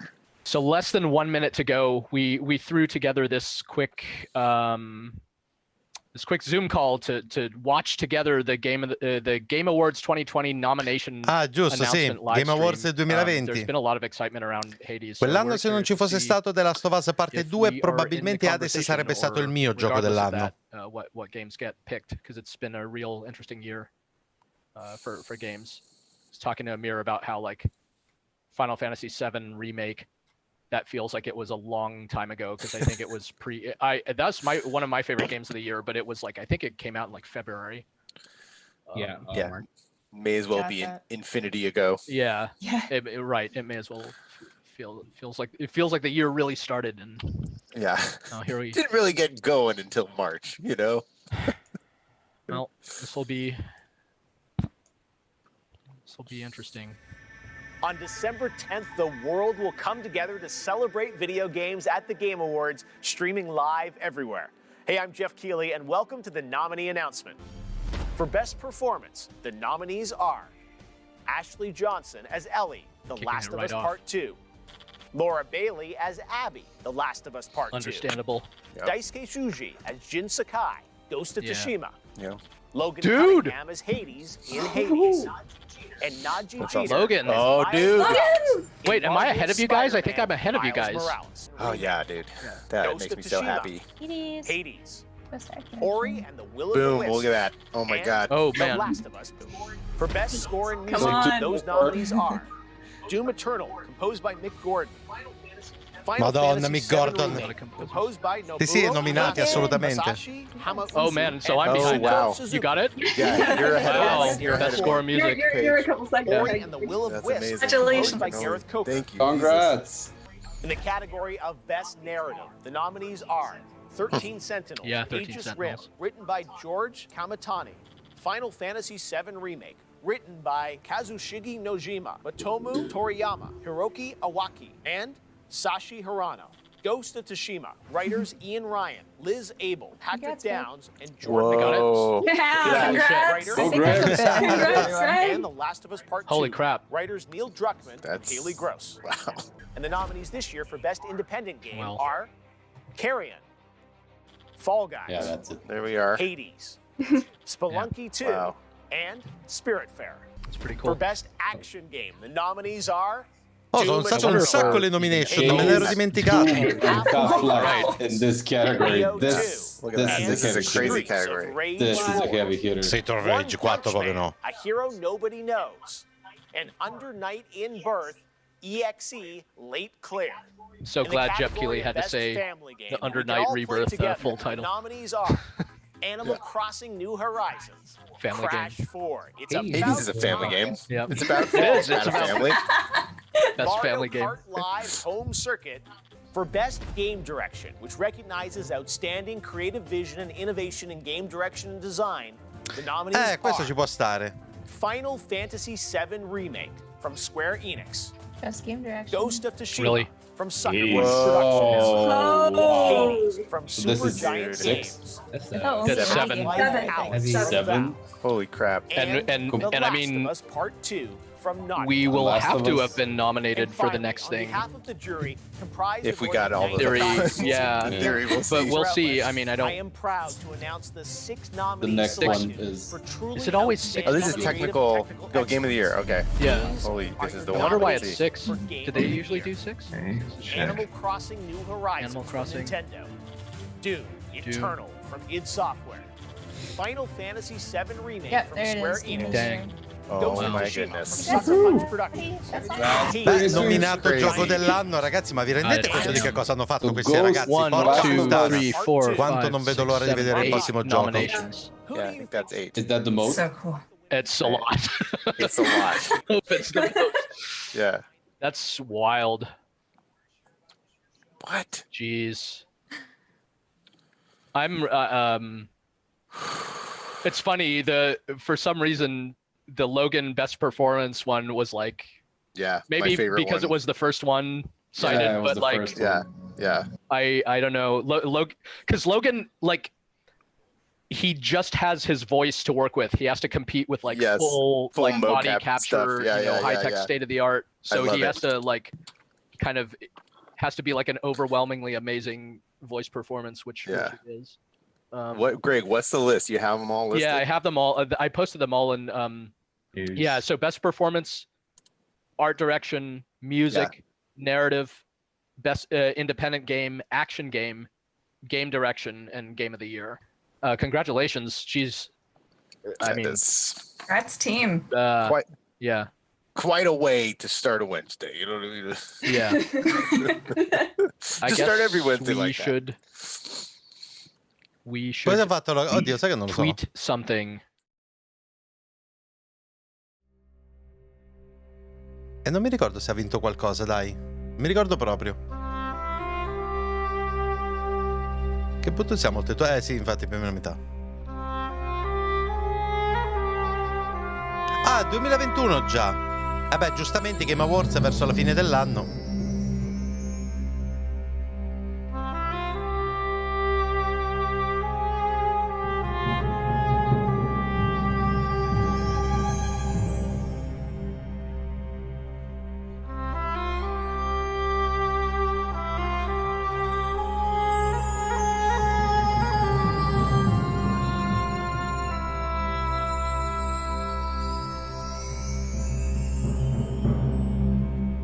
Ma chi era quello? L'uomo si casca.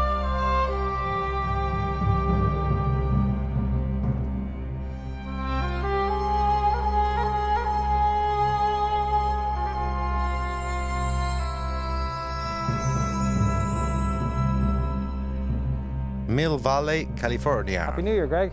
Yeah, Happy New Year. Indeed. Good to see you again. Yeah, likewise. It's good to see you guys. How you doing? Doing okay. You know, when the launch happened on September 17th, the kind of arc of it for me reminded me a lot of how I felt after Bastion, though it was even more different than that, where I think on the day of the launch itself, it was unclear that the game was like a hit, I guess. The initial reviews that we got were very good, but not astronomical either. Or you know, fresh out the gate, we're getting kind of like 8.5 out of 10. It's like, okay, solid, couple of 9s. Okay, good. It took a few days to be like, wait a minute, this thing climbed up the Nintendo Switch kind of best-selling charts, and it's staying there. And we got to the second position just after the Mario 3D World games. Mi ricordo? Like, holy, mi ricordo proprio. You know, we've jumped ahead of these other games that came out at the same time, and then some of Nintendo's own games, you know, Mario Kart and Animal Crossing, were like, whoa, we're doing better than these games. That's incredible. And then reviews kept piling on, and those 8.5s turned out to be like more the kind of statistical outliers, and suddenly it was just kind of like 10s and 9s and stuff, and it's like, whoa, what is happening here? And then just like the reaction to it in general, just the volume of emails that were coming in and that sort of thing. And then we start getting, you know, nominated for big awards, and then winning some of those awards as well. We're past like 45 Game of the Year awards as of right now, and this is not including awards that aren't Game of the Year. Ah, I don't know that we've fully, il gioco dell'anno per fully DGN, sort of però. Processed Quello it. è vero, sì. Questo ora che ci penso è vero. Happy Molto New Year. bene. Thank you. How are you doing? I'm good. Yeah, I'm good. I'm very good. Yeah. We are on the other side of having shipped Hades. Does it feel like you've shipped Hades at this stage? It won't feel like I've shipped Hades until we finish episode 6 of the NoClip documentary. I feel like this is my last obligation, but also it's just been a part of the fabric of everything we're doing. You know, we've had the cameras rolling and been recording meetings and all that kind of stuff. So for me, I feel like, okay, once I do this, then it'll really be done. But I've also told myself that about literally everything that's happened since September 17th. It's like, well, once we, you know, get this patch out, once we do cross saves, you know, once we get the patch after that out, then we'll be done for real. But I mean, the truth is, from having Bastion, Transistor, and Pyre with us, is that they never really leave you, right? You live with those things forever, or as long as we can see. So Hades has now just become a part of us, I guess, in some way. I think things have finally slowed down, which is, we were wondering how long that would take. It took a while. It took months and months and months. Things have finally slowed down. You know, in our other 3 games, there was like a month of sort of being connected to the thing and patching and all this kind of stuff and thinking about what we were going to do next. And within a month, people were taking their refresh and their time off and coming back and rejuvenated to figure out what did we learn and what are we going to do next. And that same process took us 4 months this time. It took forever. You know, it took 4 times longer because we just had so much stuff still. And then it felt like every week something new was happening, something amazing. You know, we were nominated for this, or someone declared, you know, we were that, or this review came out, or this streamer is playing the game now. The Washington Post is talking about the game. Time is talking about the game. These like huge things that suddenly, like even our parents know what that is.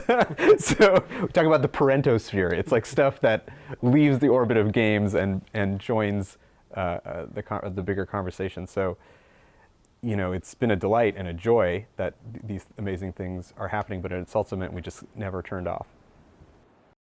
Questa è, ragazzi, quello che questi ragazzi sono riusciti a fare, onestamente, è un risultato meritato di tutto il lavoro che abbiamo visto durante il documentario, perché si capiva come stavano lavorando questi ragazzi, e con una semplicità, ma con una eccezionalità allo stesso tempo. Si vede proprio come si approcciano al gioco. È un altro pianeta rispetto ad altre realtà, e sono contentissimo di questo. E di nuovo, è tipo la terza volta che lo dico, in questa live, maledizione, non vedo l'ora che esca il prossimo gioco di Supergiant, che venga come minimo annunciato.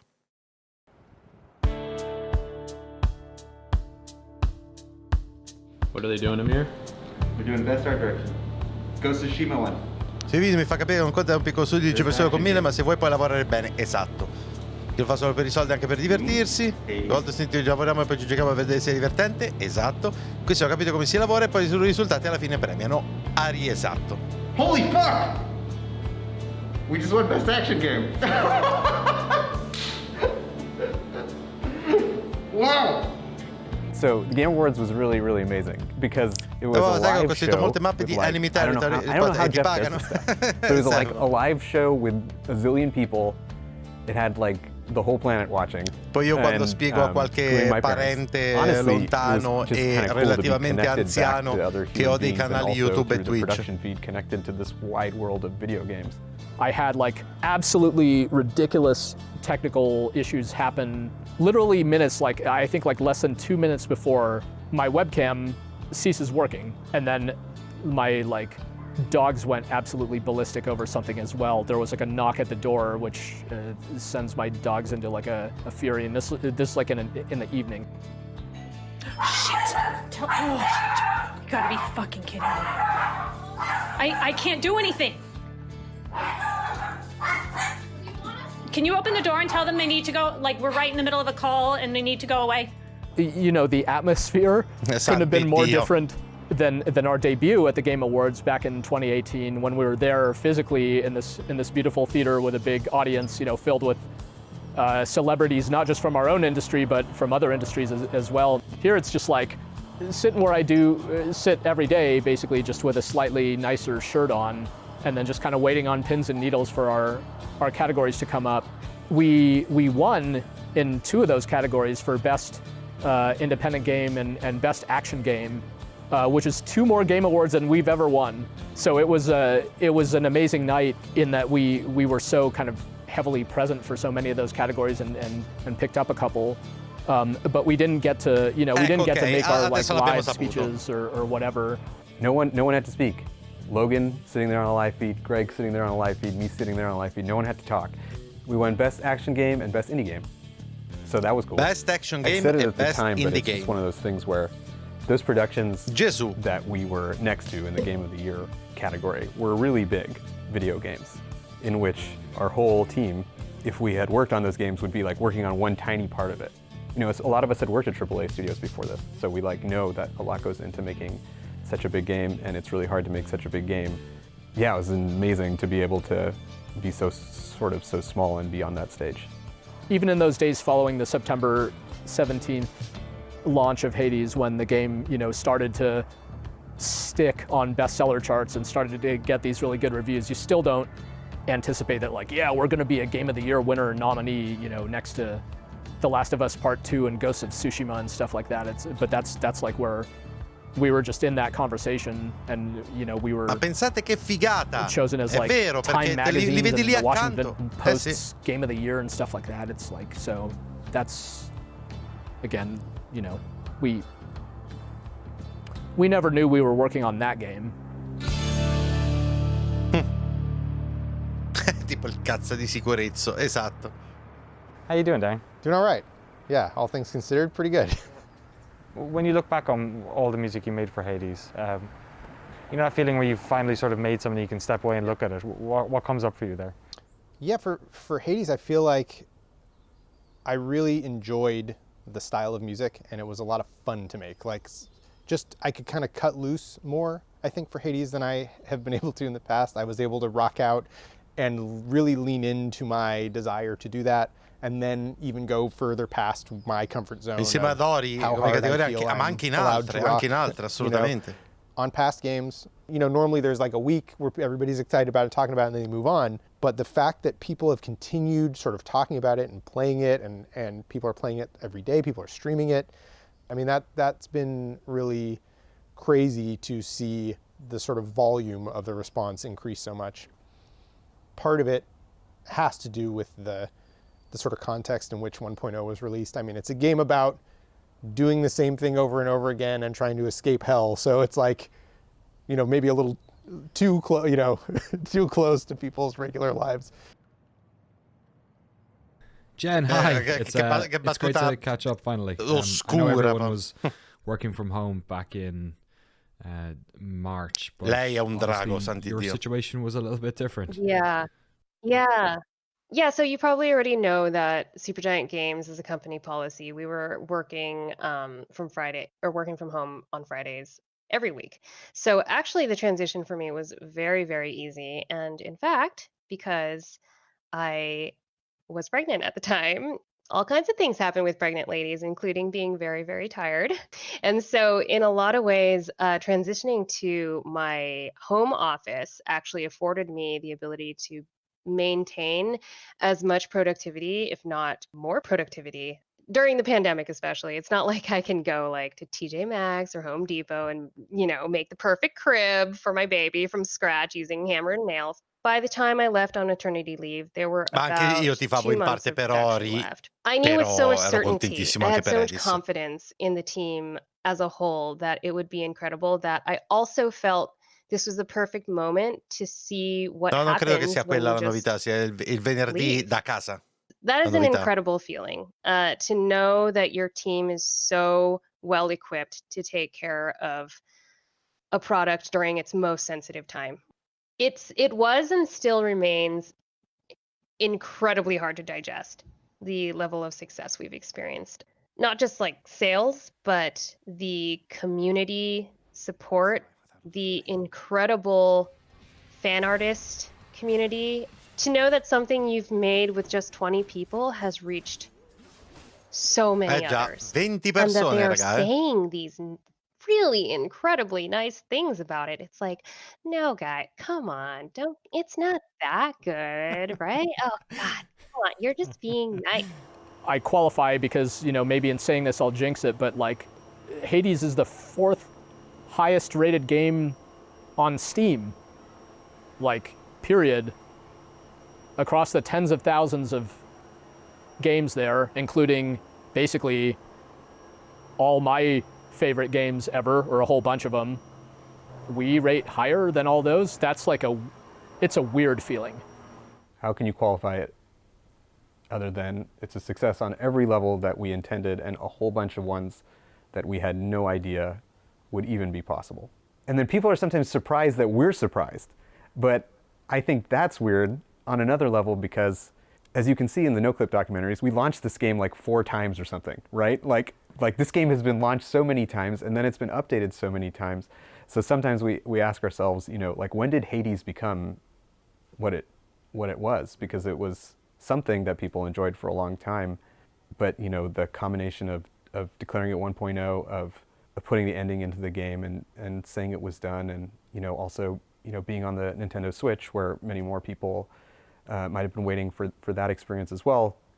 Just all of that suddenly, I guess, changed the conversation around the game. The fact that our 1.0 launch kind of lived up to the expectations of our early access players, while also, I think, like, for many players evidently exceeding their expectations. I feel really good about that. When we're in the thick of the pandemic trying to wrap up development, I was talking to you about delle prime our volte, plans for the ending of the game, and that it was voluto going to have this kind of unusual structure, and how do you end a per game buttarlo giù that le can be prime played volte. forever. That was like something that we were asking ourselves, and I was asking myself from the very beginning of the project. So it was really exciting to do that, and then to see that people enjoyed how we handled it. On a more personal level, making sure that the story of this game and these characters that I hold so near and dear could conclude in a way that kind of did right by these characters. It's hard to end things in a satisfying way. I think of so many TV shows and whatever where people are like, they love them all the way through, and then the ending stinks for whatever reason, and it like ruins everyone's entire memory of the show. It's like you were invested in this show for years and years, and now you're telling me you think it's garbage just because you didn't like. Ogni riferimento a Game of Thrones è puramente voluto, sì. The ending, but that's how it works. Things can turn retroactively bad through a bad ending, the endings of our games are a really big deal for us and for me personally. So yeah, a lot of relief when that turns out okay. Right at the start, right before we started filming, before we sort of even talked about this thing, you approached us. I remember because you come from the media side as well, and you wanted to sort of showcase what the reality of making games is, right? Yeah. And we tried our best, but we weren't there for every single moment, right? So, looking back at this series, what are the parts you think haven't come across? What are the elements of game design? It's a great question. When I think about what parts haven't come across or don't come across, I think the first thing that comes to mind for me is just some of the late nights alone. It's always a challenge, I think, with any game, just knowing when you're done. The moment when you walk away from your computer and go back down, that's a moment that would be interesting, that would be really hard to capture. Just the slog of it, the part where there's just a bunch of stuff that has to be done and it's tinkering away at something that with little immediate evidence as to what is even being done or something like that. And this, Hades turned out to be this big, content heavy game. People are like, oh wow, I've played all this time and none of the audio lines have repeated. It's because we put a lot of audio lines in the game. È di gran lunga, ma ne abbiamo già parlato, una delle cose che mi ha lasciato più sconcertato del gioco. Io ho fatto un sacco di run, sono arrivato al finale, ho fatto anche un po' di cose aggiuntive, ma non ho incontrato 2 linee di dialogo che si ripetono. Cioè, è sconcertante la quantità di dialoghi che questo gioco ha. È veramente impressionante. Yeah, I think there's something like 22,000-ish lines of dialogue in the game. I believe Zagreus has about 8,500 or 9,000 or something by himself. I think Hades probably has the second most lines of any character, over 1,000. And yeah, I mean, I think there's over 300,000 words or something in the game. I'm just thrilled by the sort of general response to the VO, actually, especially given how we finished the VO and we kind of sent all the actors kind of crappy USB mics, and I just was like, well, I'll fix it in post and do my best to match it, and and it worked out, more or less. Gesù, ma serio? Avete fatto così? When it's safe to go back, that's when we should Io go all'idea back, di fare un lavoro del genere potrei tipo impazzire. But I'll be happy to go back to the office for non some che amount of days a week. Che non abbia fatto qualcosa di simile, just, però in scala più piccola. There is some valuable stuff that you can't quite recreate in this kind of environment, especially creative discussions and that kind of thing. Pre-production process and planning process, so much of that is the organic part. Once you hit production, everything is kind of, there's a flow to it. It's on rails. You kind of know what you're supposed to be doing. Whereas in this kind of purgatory between projects, that's when I think the lack of face-to-face communication and just ad hoc in-person conversation is going to maybe hurt the process, but maybe not. Again, maybe we'll just make that much more of an effort to make ourselves available to each other. How can you miss people you talk to on Zoom all day? Somehow, you still can. It's just one of those things where enough time has passed that I almost forget all the little parts of it. And then I'll see, JP at the Game Awards thing or something like that. And then you'll remember, oh yeah, this is what that was. So yeah, I mean, I miss everybody. I can't wait till there is a time when it's safe to see each other. I remember feeling like this immense pride in the team because each of them could probably just glance at the general blast radius of the game and find something that was representing a thing they did personally. Because it's a small enough team and, everyone did a piece of it. For some people it's their first game, and for some people it's one of many games they've made. But all of us got to kind of share that together. We were really lucky on our first game, Bastion, that it got received so well. And I think the 7 of us had a bond from working on that game, but the kind of response we got brought us together. At the same time, because this type of response isn't guaranteed, you have to be doing it for reasons that are not to get this type of response. And so we obviously really like what we do and really love working together. And so when things like this happen, it just feels overwhelming and sometimes mysterious. I have always had a mentor and a leader who was inspirational to me. He basically told me that you have to be really careful about the stories you tell yourself. Almost a temptation of success is to say your process must have been good because the game was good, right? And it's really tempting when things go so well to make that story be whatever you want it to be, right? That it was all you, or that it was all the team, or you know, it was all X, Y, or Z thing, but it really was a lot of things, and a lot of things that even you don't control. You know, we had really good partners, we had really amazing fans, we had like an incredible team, we had the right game at the right time.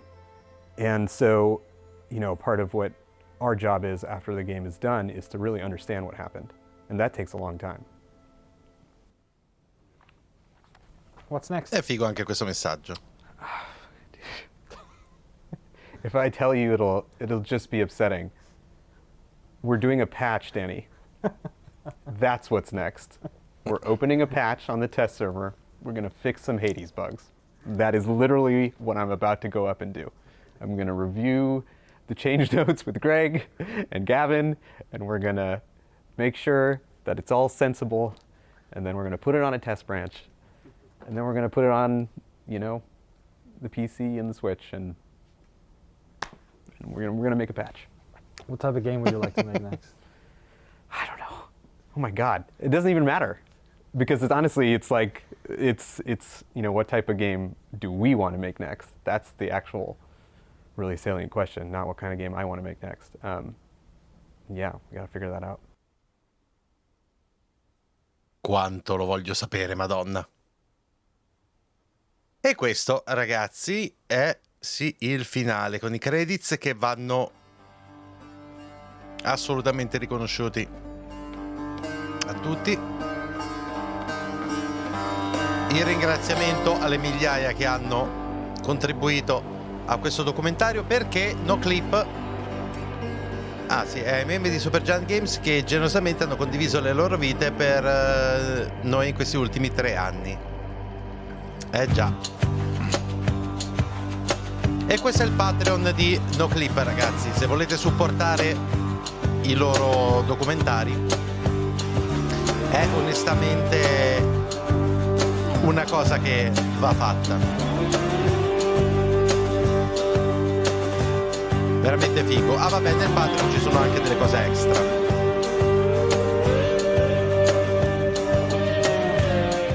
Abbasso un po' perché è fortissimo. E qui la lista di tutti i Patreon che già ci sono.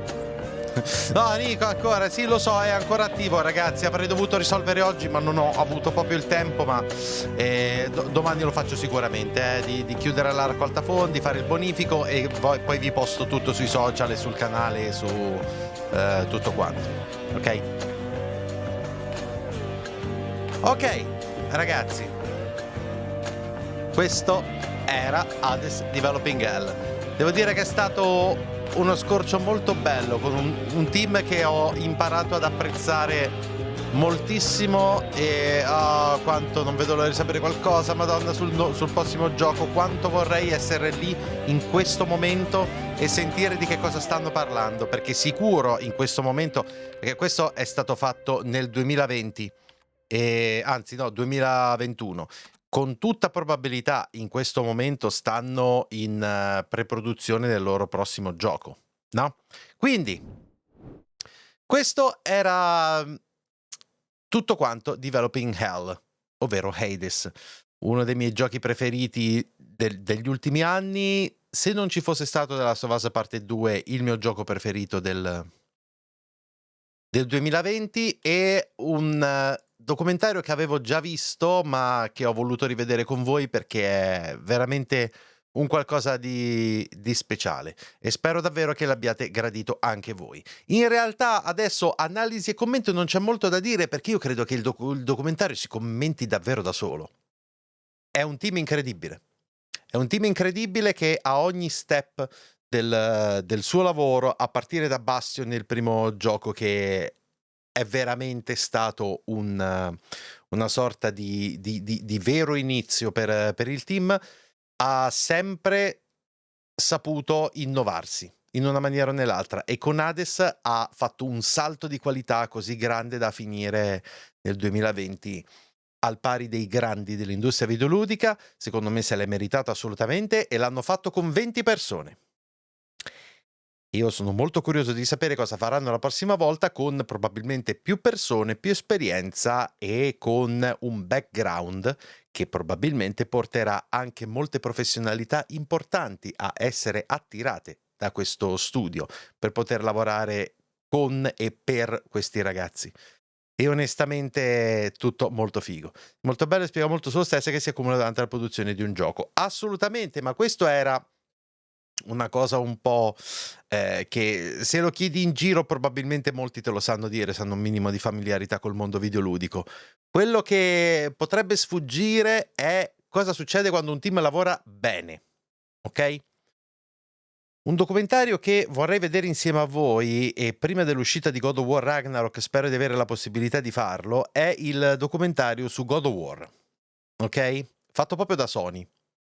E devo dire che, se ci fate caso, anche se una realtà come Santa Monica è di tutt'altro livello, perché stiamo parlando del top dell'industria AAA in questo caso, sono assolutamente certo che noterete delle somiglianze col tipo di lavoro fatto da questi ragazzi, ed è un qualcosa che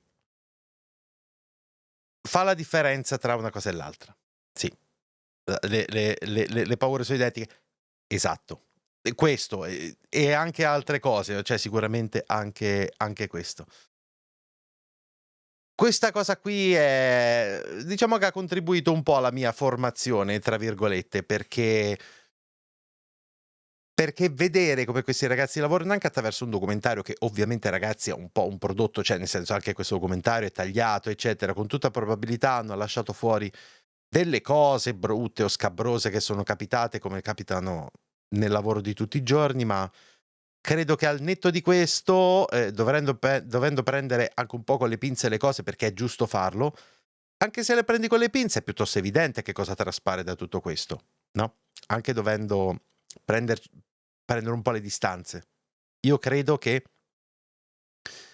il significato di documentari come questi sia piuttosto chiaro. Comunque, a 22:59, perfetto, quindi è il momento dei saluti, ragazzi. Mi piacerebbe allungarmi un po' in analisi, ma io credo che non sia necessario. È uno di quei documentari che onestamente proprio parla da sé. È andato liscio, e rispetto ad altri che abbiamo visto è stato molto più scorrevole, perché è una testimonianza che non ha bisogno di ulteriori commenti, tutto sommato. Poco da dire, sono bravi.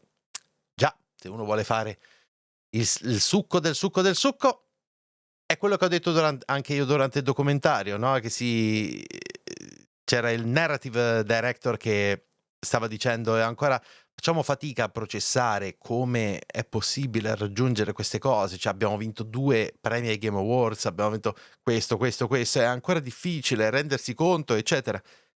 Da un occhio esterno tutto sommato non è difficile. Avete fatto un gioco della Madonna, con una qualità stellare, con una quantità di contenuti impressionante ed estremamente divertente e sufficientemente originale da titillare la curiosità di tantissima gente, e anche divertire e meravigliare tantissima gente, e quindi siete stati premiati per questo, no? Va bene, ragazzi, allora, ecco, 23:01, io direi che questo è il momento di salutarci. Io vi ringrazio per essere stati qui in live a vedere insieme questo documentario. Non so bene cosa vi porterò giovedì prossimo, mi farò venire qualche idea, e ce n'ho qualcuna. E a proposito, per il documentario di God of War però ho qualche remora, perché non so se posso, non so se è coperto da copyright, non saprei. Vado a vedere un po' online per vedere se ci sono state tante reaction a questo documentario, d'accordo? E perché devo stare un po' attentino, non vorrei un copyright strike di quelli brutali, ok? Non dico una non monetizzazione, per quella anche sti cazzi, anche se, vabbè, insomma, però quella può passare, e io ho paura per un copyright strike di quelli violenti, d'accordo? Perché quello è sul canale di PlayStation, quel documentario lì. Comunque, Grazie a tutti per essere stati qui in live. Noi ci vediamo con la prossima reaction e analisi giovedì prossimo, a meno che non mi vada di fare un Kristal, che mo vediamo, devo ancora trovare un equilibrio fra queste due cose del giovedì, piano piano ci arriveremo, ok? Quindi, di nuovo, grazie mille per essere qui, per essere stati qui insieme, mi raccomando, seguitemi qui su Twitch se ancora non l'avete fatto, pigiate quel bel cuoricino, abbonatevi con Twitch Prime se ne avete la possibilità, perché aiuta davvero tantissimo il canale, seguitemi anche sui social come Instagram e Telegram, dove c'è la community, supportate il canale tramite link affiliati ad Amazon, Instant Gaming o il link a Patreon, e iscrivetevi anche ai miei 2 canali YouTube se ancora non l'avete fatto, tutti i link sono qui sotto o tramite il bot in chat. D'accordo gente? A presto!